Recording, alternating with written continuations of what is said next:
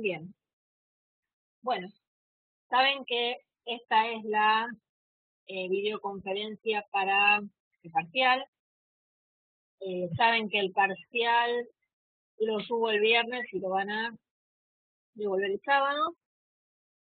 Y entran Halliday y Yarol.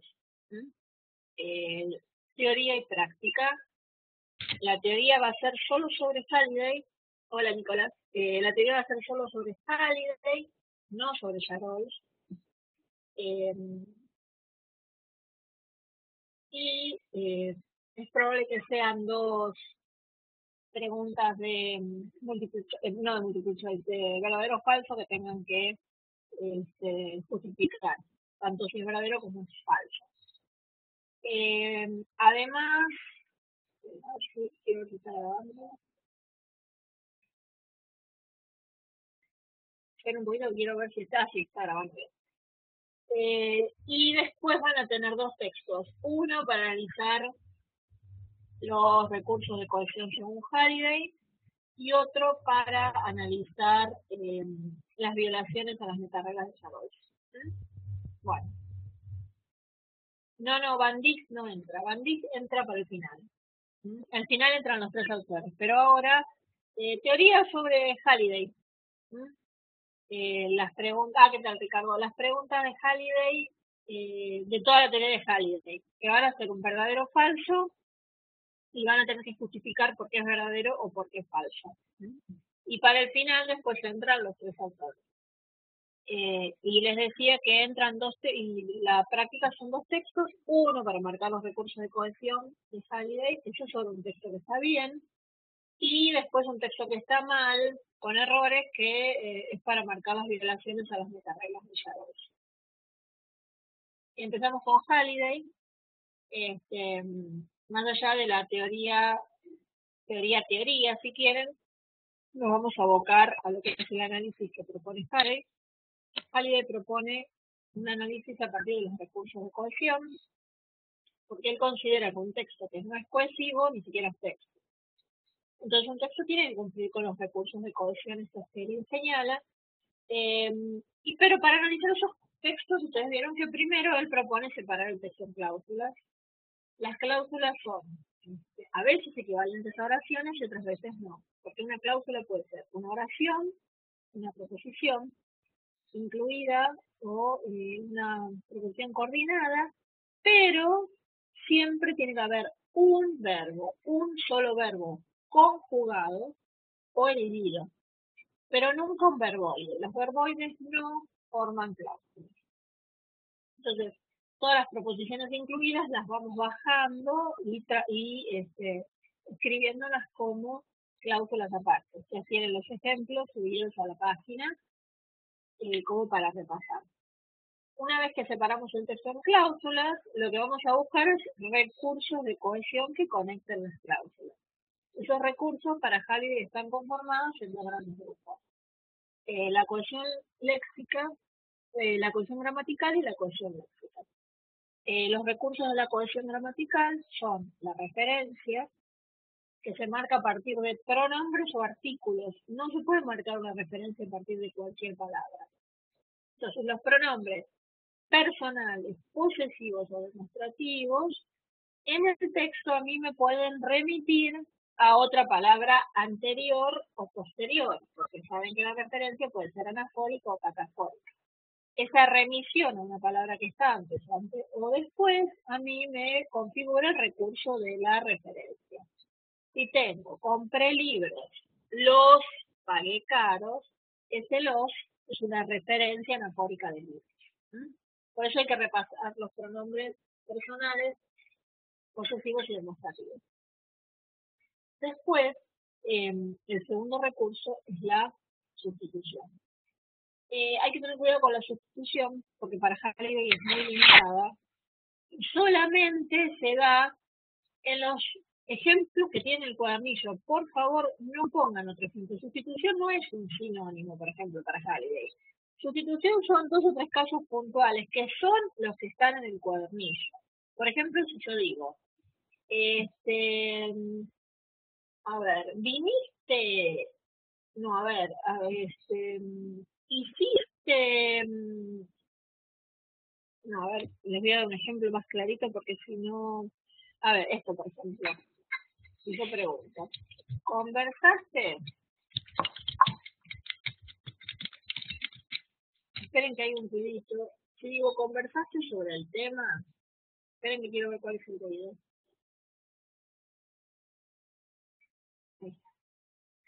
Si digo, ¿conversaste sobre el tema? Y la otra persona contesta, sí, lo hice. Sí, perdón, lo hice. Eso es una sustitución. ¿Por qué? Porque estoy sustituyendo toda la oración anterior, conversaste sobre el tema, por toda una nueva estructura que es sí lo hice. Este caso puntual y otro más que del cuadernillo referido a la palabra mismo son los casos de sustitución. Nada más. No busquen otro caso, no inventen otro caso. No existe para Halliday la sustitución en otras cuestiones o en otros ejemplos. Son estos nada más. Así que es difícil que lo encuentre porque justo se tiene que dar esos casos y nada más. En la elipsis, lo que hago es, la elipsis se define como una sustitución por cero. ¿Por qué? Porque yo estoy sustituyendo una palabra pero no escribo nada, en realidad. Entonces, si pongo Mario leyó libros, Juan, revistas, ahí estoy estoy elidiendo el verbo leer y eso lo voy a marcar como elipsis.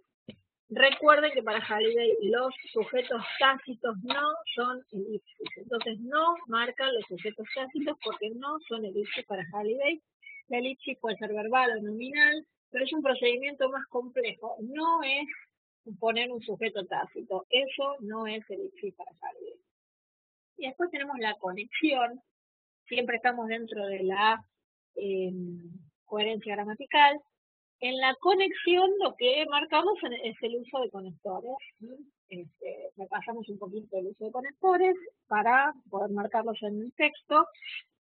Lo importante es que esos conectores conecten cláusulas, porque un conector que conecta dos palabras en la misma cláusula no sirve. ¿Por qué? Recuerden siempre, por favor, que los recursos de Halliday, salvo las colocaciones, como vamos a ver después, juntan recursos de cláusulas diferentes, nunca de la misma cláusula, porque justamente la cohesión es eso, es enganchar, unir, establecer una red entre las diferentes cláusulas.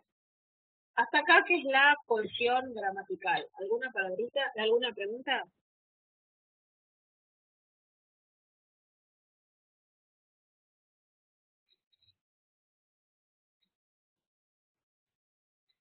Sí, decime, Silvina.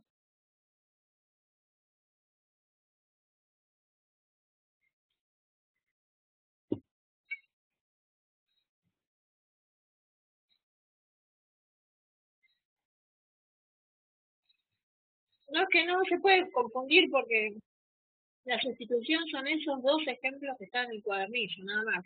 O sea, no tiene nada que ver una cosa con la otra.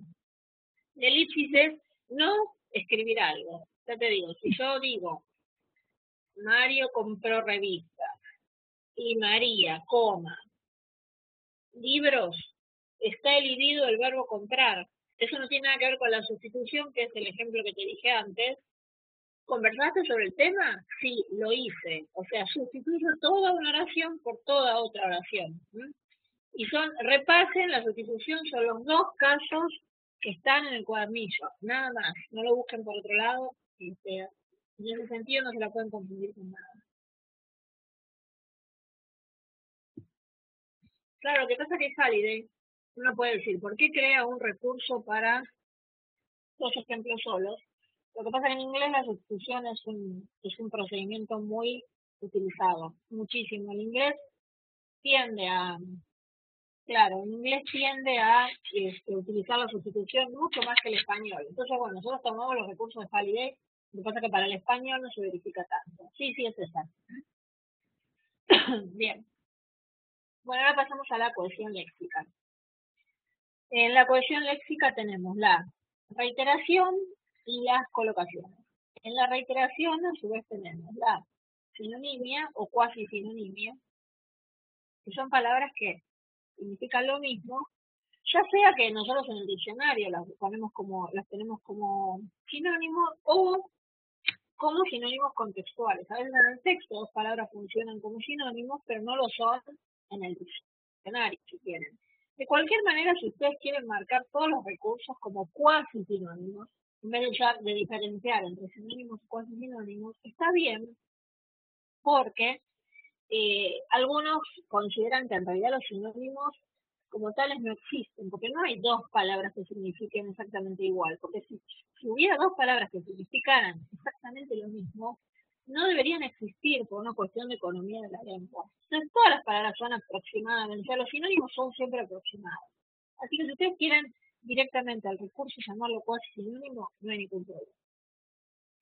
Tenemos los sinónimos y cuasi sinónimos, la repetición, que es repetir la palabra tal cual, o una familia de palabras. O sea, si yo tengo, por ejemplo,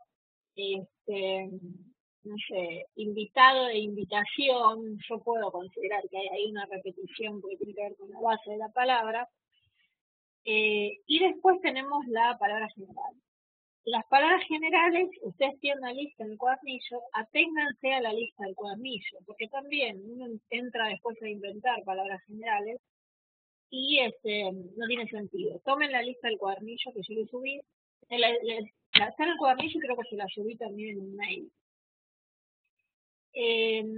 ¿Cómo funcionan las palabras generales? O sea, yo si tengo la palabra objeto, que es una palabra general, yo no es que marco la palabra objeto y digo es una palabra general.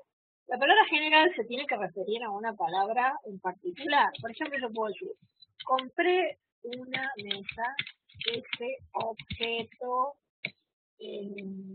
era o me era muy útil.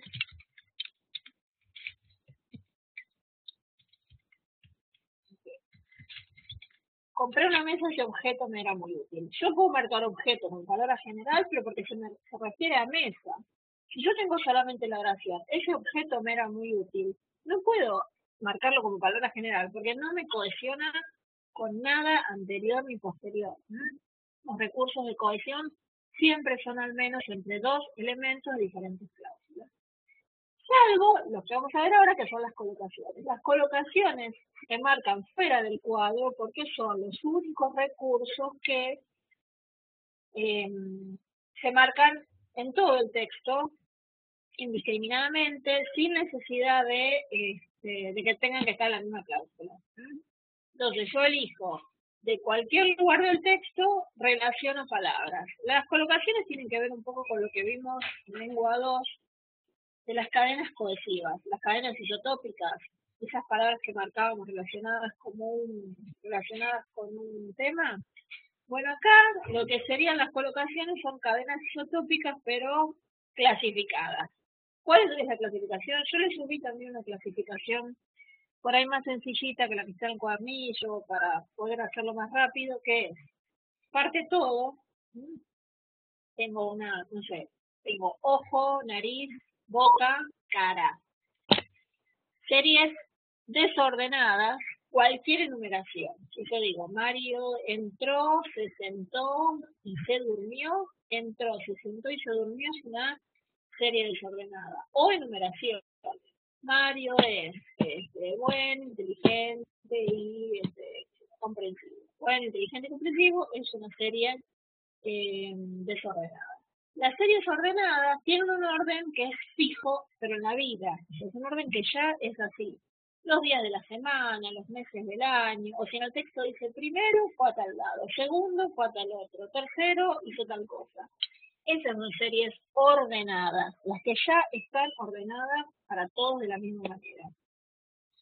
Entonces tenemos parte todo, series ordenadas, series desordenadas, opuestos, cualquier opuesto en el texto, blanco, negro, lindo, feo, llamarlos opuestos. Después tenemos los sustantivos complementarios, que son aquellos que se presuponen uno a otro, por ejemplo, madre-hijo. Si hay una madre, se supone que hay un hijo, si hay un hijo, tiene una madre. Después tenemos los verbos complementarios. Acá hay que tener cuidado de no inventar también, porque los verbos complementarios son verbos que se suponen uno al otro. Se consideran verbos complementarios, por ejemplo, leer y escribir, preguntar, responder. Son esos verbos que van como de pares siempre. Tampoco los busquen por todos lados porque no hay tantos. Y como últimas colocaciones tenemos la proximidad semántica. O sea, todo lo que no lo podemos englobar en las otras colocaciones o en los otros recursos y seguimos considerando que hay algo entre esas palabras, que hay una relación, y no sabemos cuál es, bueno, seguramente sea de proximidad semántica. Por ejemplo, si tengo rey, corona, trono, eso no es nada de todos los otros recursos que vimos, pero sí lo puedo marcar como proximidad semántica. Bueno, estos serían los recursos de Halliday. No sé si tiene alguna pregunta.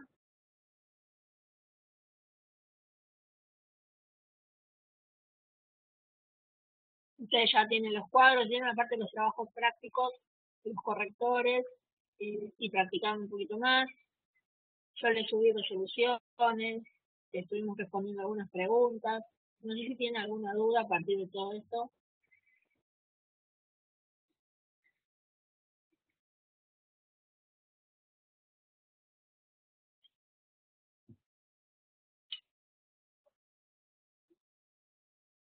Vivir y morir sí son opuestos. ¿Mm? Sí son opuestos vivir y morir. Lo puedes considerar como opuestos. Sí, sí. Salvo que por ahí los consideren como complementarios también. Se supone que uno si muere, si vive, se muere en algún momento y si murió es porque vivió. Pueden ser las dos cosas, complementarios o opuestos. Sí, sí, pueden ser los dos.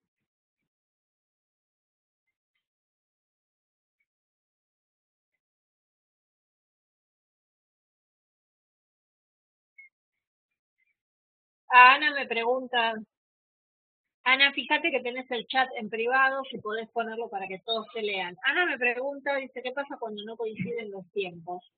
No importa que no coincidan los tiempos, importa sí que esté referido a lo mismo. A ver, si yo tengo un verbo, no sé, vivir, y aparece en una parte de un texto de una manera referido a un personaje, y después aparece morir en otra parte, pero que no tiene nada que ver. Obviamente, si yo estoy estableciendo un recurso de cohesión, tiene que haber una conexión entre esas dos palabras. Habrá que ver cómo aparecen. Este, Así en frío les digo que sí. Ahora, en el texto hay que ver si están como se apuntan a lo mismo, si se refieren a lo mismo, si el autor realmente quiso establecer una conexión entre esas dos palabras, porque obviamente eh, al ser recursos de cohesión tiene que haber una relación también de significado entre las dos palabras, una conexión realmente efectiva y no que la conexión la inventemos nosotros. ¿Alguna otra preguntita? Porque si no les pasamos a Yarol, así podemos ver las metareglas y después ustedes me preguntan lo que quieran. ¿Mm?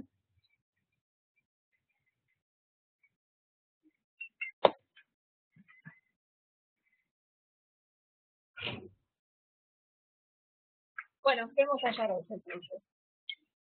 Ustedes saben que Yarol eh, hace un análisis diferente porque hay parte de textos que están equivocados, que están mal escritos, y propone una serie de metareglas para eh, corregir esos textos, para ver dónde está el error y para después también usarlo en la escritura. O sea, uno puede escribir un texto atendiendo a las metareglas para evitar estas violaciones constitucionales.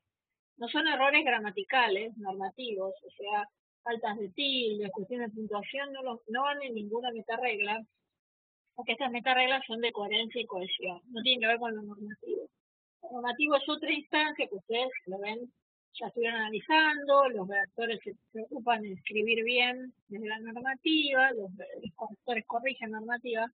El problema es que un texto, aunque esté normativamente bien, puede tener otro tipo de errores más profundos. La coherencia y la cohesión son cuestiones de profundidad del texto que son muy graves porque no todo el mundo las detecta. Entonces, hay que manejarlas bien, hay que aplicarlas tanto en la corrección como en la escritura. Entonces enuncia Yarolf las metareglas y lo que nosotros marcamos es entonces textos, la marcamos en textos que están equivocados y que se nota que hay una violación a esas metareglas. Se podrían verificar también en textos que están bien escritos, obviamente, pero es como más obvio. Por eso es más rico analizarlo acá desde el error y no desde el texto bueno como hacemos con Javier. ¿Cuáles son estas metareglas? Son 4.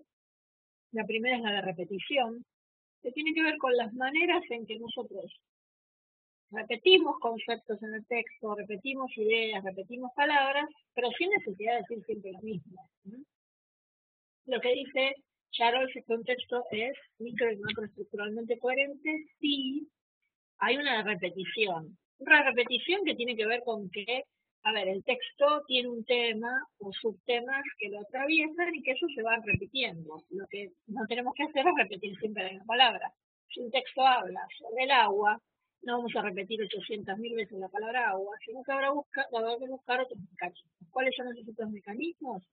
La pronominalización, el uso correcto de los pronombres, la definitivización, que es el uso correcto de los artículos. En este caso la definitivización es muy puntual porque tiene que ver con el uso del artículo definido e indefinido y en el orden en que tienen que estar. Cuando aparece un objeto o una persona en un texto, la primera vez aparece con un artículo indefinido. Un hombre llegó. Pero si después pasan los renglones en el texto, pasan las oraciones y vuelve a aparecer, si ese es el mismo hombre, yo tengo que decir, el hombre tenía 2 hijos. La segunda vez que menciono un personaje, un objeto, una persona, una entidad en un texto, la segunda vez la tengo que mencionar con el artículo definido. La definitivización, la violación a la definitivización sería usarlos al revés. Después tenemos la sustitución léxica, que para Yarolf sí, la sustitución léxica es el correcto uso de sinónimos y cuasi sinónimos, o sea, tiene un concepto más amplio de la sustitución del que tenía Halliday. Y después tenemos, estas 3 son bastante fáciles, 2 que a veces suscitan algunos problemas, que son la reanudación por inferencia y la recuperación presuposicional. En la reanudación por inferencia, esto apela a las competencias del lector. Y tiene que ver con toda aquella información que se da en el texto y que el lector necesita tener saberes para entenderlo y que a veces entonces hace que el texto sea incoherente. Si yo estoy haciendo, por ejemplo, un resumen de una novela, un resumen supone que es para hacer conocer el argumento de una novela a alguien. Y en ese resumen empiezo a nombrar personajes, pero no explico quiénes son esos personajes. A la persona que está leyendo el resumen no le sirve para nada. Y si no le sirve para nada ese resumen, entonces es incoherente en ese sentido. Esos nombres que aparecen y no se explican significan entonces o constituyen una violación a la metaregla 1 de repetición, caso reanudación por inferencia. Y la recuperación presuposicional se da en los textos cuando se pasa, o sea, se hace un salto temático demasiado grande, que realmente se nota que se habla de una cosa que no tiene nada que ver. Yo vengo hablando, no sé, está el ejemplo anterior, un hombre llegó, el hombre tenía 2 hijos, sus hijos vivían con él, el hijo mayor trabajaba, bueno, sigo hablando, y de golpe digo, el perro estaba acostado en el piso. ¿De dónde sale lo del perro? Si yo no lo mencioné antes, si no venía hablando de esta familia, se los hago exagerados, ¿no? Entonces, cuando aparecen estas informaciones descolgadas, esto es típico de por una persona que es medio incoherente, te salta un tema al otro, así sin mucha relación, bueno, eso es la recuperación presuposicional. Bueno, hasta acá tienen alguna pregunta con esta primera violación, estos primeros casos de la metaregla 1.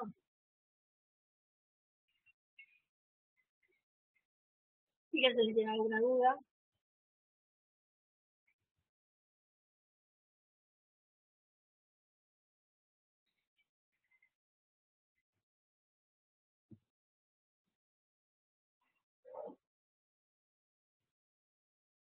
Bueno, ¿todo bien? Entonces, ¿seguimos?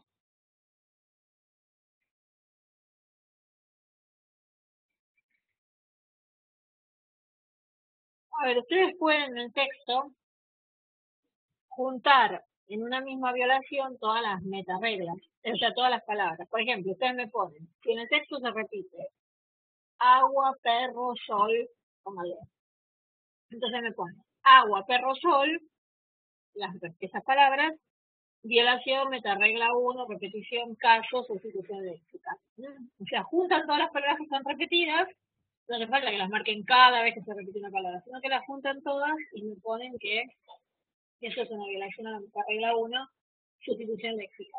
Los casos de metareglas que tengan todas las repeticiones son violaciones, no todas. Lo que pasa es que yo les doy textos que están como muy mal escritos para que ustedes las reconozcan más rápido. Evidentemente, obviamente no todas las repeticiones están mal, a veces son necesarias en un texto. Lo que pasa es que los que yo les doy son textos que eh, están muy mal escritos. No, porque eso no es un artículo, Jessica, eso es un pronombre. Al cual y a la cual son pronombres relativos, no son artículos. Y sí, Nicolás, cada oración puede contener más de una violación. Acá no es como el Pali de que si era una, eh, si no sé, si es referencia anafórica no puede ser sustitución léxica. Acá, si los textos están muy mal escritos, la verdad que una oración puede violar, no sé si todas las metareglas juntas, pero hay gente que escribe muy mal, así que sí, puede aparecer esto. Lo importante es que ustedes en los casos de metareglas que tienen varios casos, por ejemplo la 1 y la 3, marquen qué caso es. Porque ustedes me dicen violación a la metaregla 1, repetición, y no me dicen qué caso es, tampoco, me lo están analizando bien. Y sí, sí Silvina, el cual o a la cual es una violación a la pronominalización. Sí, sí, sí. Es un problema de pronombre.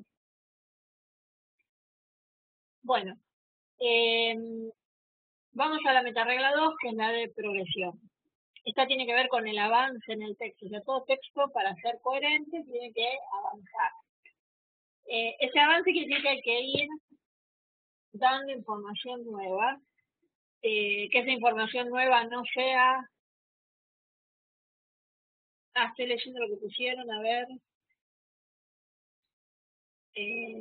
Tendría que hacer una recuperación. Ah, no, pero no entendí lo de la recuperación. Pero bueno, después no lo entendí por qué lo de la recuperación, decían acá en el chat. Como les decía, la metaregla de progresión tiene que ver con el avance del texto, pero con que ese avance no sea demasiado abrupto tampoco. Y especialmente el problema de la progresión se nota cuando el texto, a ver, esperen que leo lo que pusieron. Si no te decimos cuál es la violación.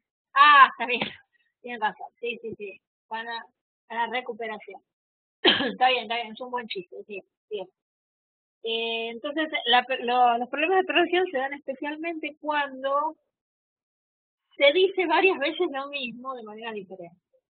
Esto yo siempre hago el chiste que se da mucho en los parciales cuando alguien no estudia. Entonces estudia una sola cosa y da vueltas siempre sobre lo mismo, trata de cambiar las palabras y da vueltas y da vueltas y da vueltas. Bueno, es un problema de progresión. Como la de progresión no tiene caso, simplemente ponen violación metaregla 2, progresión. Sencillita, suele aparecer bastante.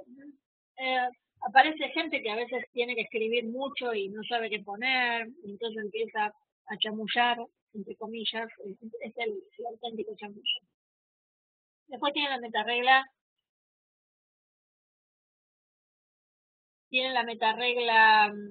3, que es la metaregla de no contradicción, que tiene varios casos.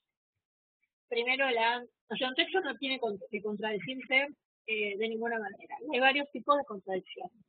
La contradicción presuposicional es cuando una parte del texto, la información que se da en una parte contradice a la información que se da en otra.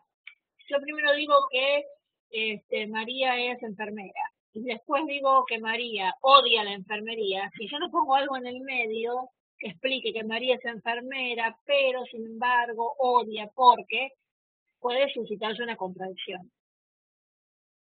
Puedo tener una contradicción por el problema de los verbos, o sea, si estoy narrando en pasado y de golpe paso al presente sin ninguna justificación o al revés, es una violación a la metaregla 3 de no contradicción, caso contradicción enunciativa. Después tienen la contradicción eh, inferencial, que tiene que ver, a ver, esperen que Ana me pregunta si en la contradicción enunciativa la parte normativa puede influir. ¿En qué sentido, Ana, por ejemplo, o qué ejemplo decís vos? Ah, buenísimo. También la correlación, no tanto concordancia, la correlación verbal es eso. Una mezcla de pasado y presente tiene que ver con la correlación verbal. Después tienen la contradicción inferencial, que es la contradicción que tiene que ver con, que esta se relaciona con los sobreentendidos, porque tiene que ver con las competencias que uno tiene. Si uno tiene determinadas competencias, por ejemplo, les doy un ejemplo así como básico. Todos sabemos que, no sé, el Congreso de la Nación tiene 2 cámaras, diputados y senadores. Póngale que en una noticia del diario el periodista se equivoca y dice las 3 cámaras del Congreso debatieron la ley tanto. El que está leyendo dice, no, a ver, mis conocimientos, mis competencias me dicen que el Congreso tiene 2 cámaras. Entonces el periodista se está equivocando, está cometiendo una violación a la metaregla de no contradicción, contradicción inferencial. Porque mis conocimientos me dicen que el Congreso tiene 2 cámaras y no 3. En general estas no aparecen en los textos que les doy yo en el parcial, pero bueno, vas a ver. Y después, Charol tiene dos metareglas que son, la verdad que muy parecidas, muy, no tan bien explicadas quizás, sobre todo atendiendo a que Yarol ni siquiera tiene una traducción oficial, sino que circula en apuntes de cátedra. Habría que alguna vez está pendiente esto de hacer una buena traducción de Yarol. Entonces, vamos a simplificar las 2 últimas. Él habla de contradicción de mundos y contradicción de representación de mundos, que la verdad son bastante parecidas o se pueden llegar a confundir con las otras. Entonces simplificamos directamente en una, vamos a hablar de la contradicción de mundos, que es cuando algo del mundo del texto, que sería el mundo interior al texto, contradice algo que pasa fuera del texto. Que de cualquier manera hasta se puede confundir bastante con la contradicción inferencial. Pero bueno, les doy un ejemplo muy exagerado o les adapto un ejemplo muy exagerado que está en el cuadernillo. Ahí se habla, por ejemplo, no sé, uno puede decir, Mariana salió del subte y en el pasillo se chocó con un árbol. Todos sabemos que que en la realidad no hay árboles en los pasillos del subte, salvo que esto fuera un cuento fantástico. Entonces, eso lo podríamos marcar como contradicción de mundos. Pero ya les digo, también podría llegar a ser una especie de contradicción inferencial. Así que lo que pasa con esto, con la no contradicción, es que hasta la inferencial más o menos viene bien. Y después yo creo que las 2 últimas son demasiado sutiles. ¿No? De cualquier manera, las que más les van a aparecer en el texto son la contradicción presuposicional y la contradicción iniciativa. Esas aparecen casi siempre. Y después tenemos la última metaregla, que es la metaregla de relación, que es el mal uso de los conectores. Todo mal uso de conectores o un texto que no tenga conectores también, porque podría ser que no tuviera, bueno, eso es violación a la metaregla de relación. Bueno, estas serían las 4 metareglas y ahora vendrían las preguntas de ustedes, todo lo que me quieran preguntar o consultar.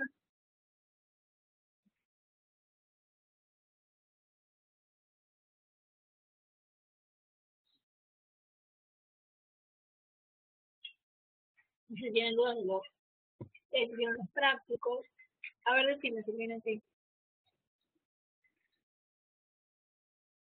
Decime la duda. Sí,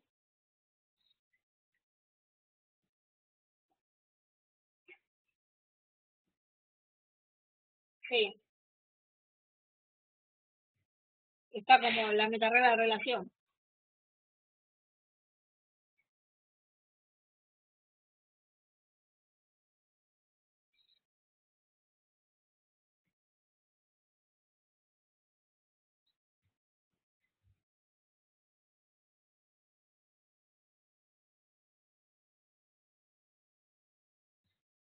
No te olvides, Silvina, que también, y esto tiene que ver con, sí, porque eso tiene que ver un poco con algo que vimos en lengua 2, que son los sobreentendidos.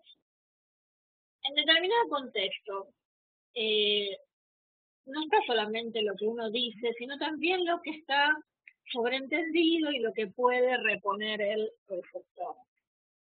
En una determinada conversación, podría ser que si yo digo, María está enferma y va a tener un bebé, yo puedo presuponer, o perdón, puedo sobreentender, lo que estoy diciendo es que a pesar de que está enferma, va a tener un bebé. O sea, establezco una relación entre estar enferma y va a tener un bebé. Lo que pasa es que estos ejemplos que da Yarol, no solo que son, que tienen que ver con el francés, sino que son ejemplos aislados. Por eso nosotros analizamos textos, porque en realidad a veces las violaciones se encuentran en textos, porque yo necesito relacionar una oración con otra para realmente saber si hay coherencia o no. Este ejemplo sí, no, es el ejemplo que da Yarol, que no se entiende mucho como oración aislada, pero sí en un determinado contexto podría llegar a ser, o sea, en un contexto podría llegar a ser una oración coherente. ¿No? Pero así aislada, lo que te suena raro a vos es que esté aislada, simplemente. Pero es esto, ustedes vean o tengan en cuenta nada más que la metarregla de anulación es el mal uso de los conectores. O sea, cuando vean ustedes que hay un y mal usado, que hay un pero mal usado, un aunque, un sin embargo, que realmente no tiene el sentido que tienen que tener, es una violación. ¿Por qué? Porque los conectores establecen relaciones lógicas entre las oraciones. Si yo quiero establecer una consecuencia y resulta que uso un conector aditivo, estoy dándole al receptor el mensaje de que hay una suma y en realidad le quiero decir que hay una consecuencia. Entonces es un error mío. ¿Sí? Y es un error que habría que marcar en el texto. Sí, sí, cuando los conectores faltan, un texto que no tiene ningún conector y que los necesitaría, porque bueno, podría ser que no los necesitara, pero si uno nota que en el texto faltan conectores, se marca específicamente en qué párrafos faltan y entonces se puede establecer que hay también una violación a la metaregla de relación. Sí, sí, sí, ¿sí?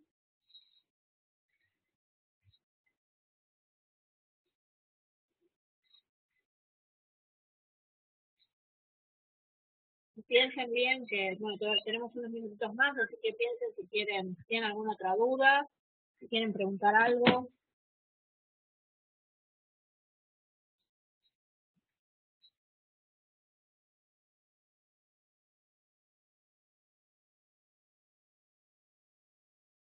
No, Ricardo, no, perdón, primero, Silvina, los errores de puntuación son normativos, no tienen que ver con coherencia y cohesión. ¿Mm?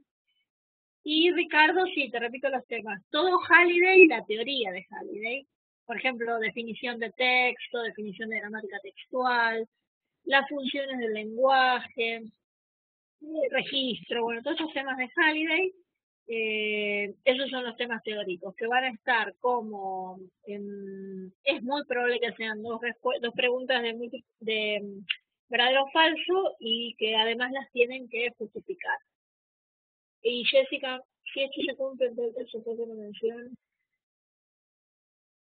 si todo el texto no tiene conectores, lo que pasa es que por lo menos me tenés que decir un caso puntual, Jessica, en el que iría un conector y no está, porque si no es como muy general, uno puede decir, sí, faltan conectores, no decimos mucho. Me tendrías que mencionar un párrafo y decirme, bueno, en este párrafo sería bueno poner tal conector, en el caso de que falte. Tenés que ser un poquito más específica.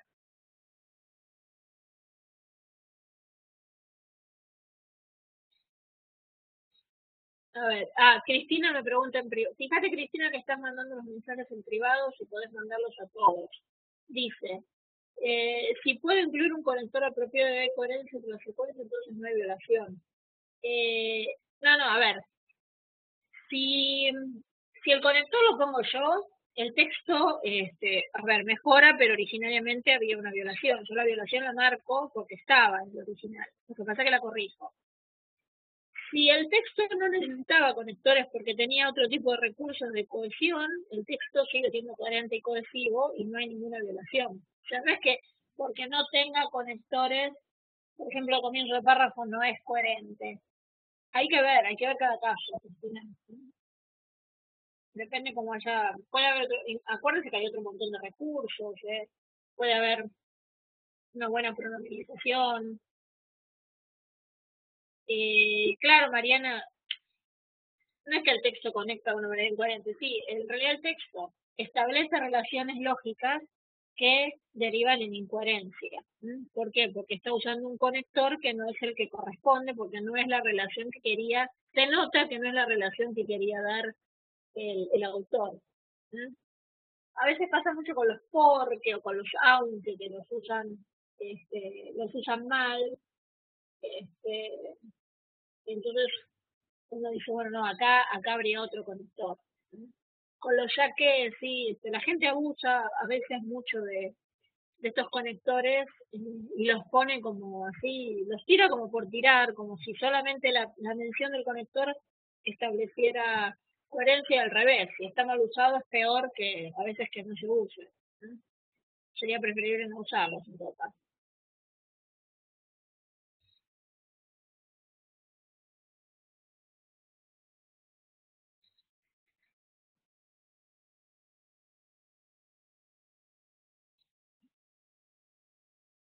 Buenísimo. Bueno, no sé si tienen alguna otra pregunta o alguna consulta. Saben que, bueno, si no pueden rendir el parcial este fin de semana, tienen el recuperatorio, que todos los recuperatorios de todas las materias son la última semana de junio. ¿Mm? El parcial es el viernes este. Yo les mandé ya el mensaje este viernes, lo subo el viernes y me lo devuelven el sábado.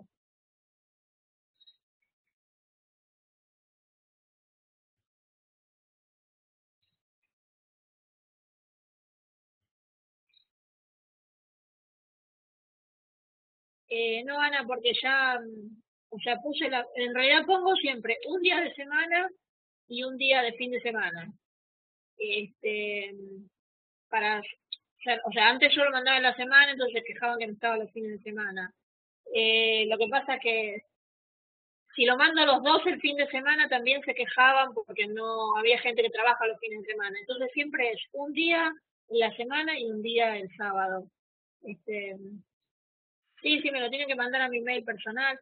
Yo les digo con toda honestidad, 2 días es muchísimo para hacer el parcial, pero muchísimo. Es un parcial que en realidad en 2 horas como mucho se resuelve. O sea, si ustedes tienen los temas sabidos, se resuelven en 2 horas. O sea, por una cuestión de, a ver, organización del instituto, los mandamos así, pero es mucho, mucho, mucho. Piensen que la gente presencial lo hace en 1 hora y media, casi el mismo parcial, así que 2 días. Lo voy a mandar a primerísima hora, o sea, a las 12 de la noche, para que tengan todo el viernes y todo el sábado.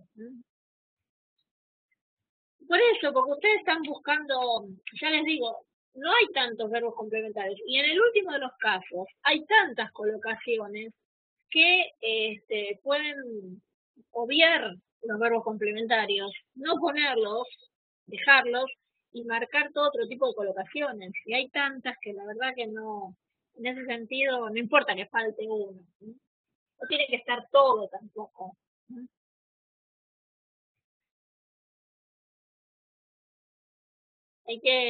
uno tiene que también aprender a medir el tiempo. Piensa que después los que van a rendir final presenciales, después se agarran la cabeza, porque si están 2 días para pensar un parcial, y como tienen que hacer el final en 1 hora y media, como que o 2 les agarra el ataque. Así que ustedes también vayan aprendiendo un poquito a agilizar, incluso para el trabajo de ustedes, como sean correctores o redactores, no van a poder estar corrigiendo tanto tiempo, si no les va a rendir el trabajo. Y un redactor, si va a tardar tanto en escribir algo, le van a decir, bueno, te digo, está bien, esto vamos a otro.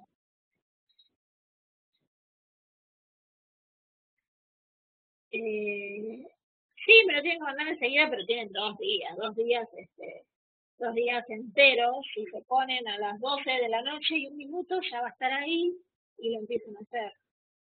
Sí, yo les diría, a ver, lo mejor es sentarse en el momento que uno tenga tiempo, sentarse, terminarlo. En todo caso, si quieren, lo dejan para revisarlo una vez y después lo mandan. Pero dar vuelta tanto tiempo con el parcial es mucho.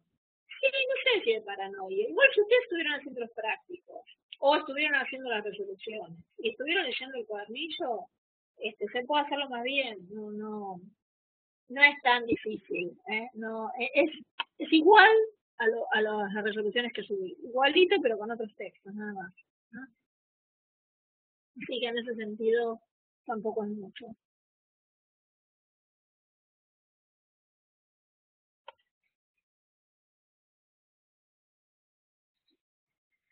Bueno, no sé si tienen alguna otra pregunta porque me queda la última videoconferencia. Ya, esta es la tercera, así que ya me estoy cayendo, pero así voy a dar la última. No sé si tienen alguna pregunta y si no, ya me despido de ustedes.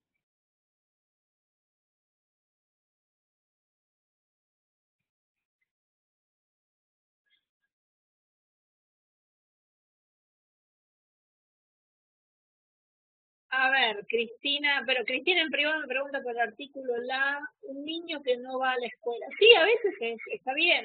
A ver, no se olviden que la definitivización, por la que me pregunta Cristina, siempre se produce con los dos artículos juntos, o sea, están mal usados el definido y el indefinido, es esa secuencia.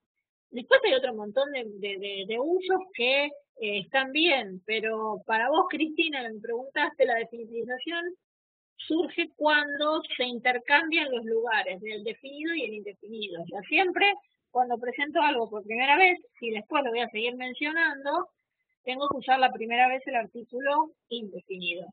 Pero en caso no te digo que lo sigas mencionando. Así que bueno. Bueno, les mando entonces un abrazo. Gracias por haber venido a la videoconferencia. Sí, no tanto cruzar los dedos, no tan exagerados que les va a ir bien. O sea, si fueron siguiendo hasta ahora la materia, seguro que les va a ir bien. Bueno, les mando un beso grande, un abrazo, que tengan un lindo domingo. Eh, Estamos todos, esta época no está muy buena porque no se puede mucho pasear ni divertirse, pero bueno, lo tomamos como algo que hacemos y nos gusta a todos, así que no nos quejamos. Les mando un abrazo grande, que la pasen lindo, cualquier cosa me escriben en la semana y me preguntan. Bueno chicos, besos a todos, Gracias.